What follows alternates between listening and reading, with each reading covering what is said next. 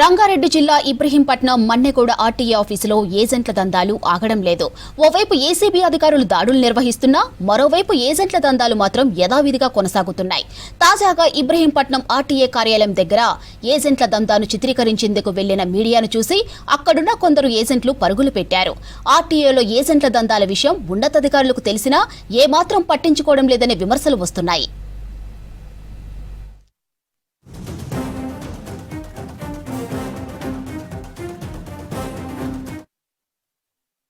ఏడికి వచ్చినావు? ఎప్పుడు వచ్చిండ్రు? నేను అన్న 11 గంటలకి ఇప్పుడు అయింది 10:30కి అట్లా వచ్చినాను. ఏమంటారు మరి? ఇది ఎందుకు వచ్చినాను? అది బండి రిజిస్ట్రేషన్ చేయించుకుందామని వచ్చినాను. ఎవరికి ఏమంటారు మరి? ఏమంటామని ఏమంటలేము. 400 తీసుకుని నేనే పోయి పని చేయించుకొని నేనే వచ్చినాను. అంటే మీరు ఏజెంట్ ద్వారా వచ్చారా? మీరు వచ్చినాము. లేడా ఇప్పుడు ఏజెంట్ ఏమంటాడు మరి? ఏజెంట్ బయట ఉన్నాడు, పోలీసు వాళ్ళు బయటకు రానియారు అని చెప్పి చెప్పాను. అంటే ఏజెంట్ని అడిగితే మీరు కాల్ చేశారా ఇప్పుడు? ఫోన్ చేసినాము. ఏమంటుండు? అదే చెప్పింది అనమాట, ఇట్లా ఈ పేపర్ మొత్తం రాసి చూసి తీసుకోము అని చెప్పి చెప్పింది. మరి దగ్గర నుంచి చెప్పేయాలి కదా ఏజెంట్. మీరు అడగలేదా మరి? అట్లా లోపల పట్టుకుంటారు అని చెప్పి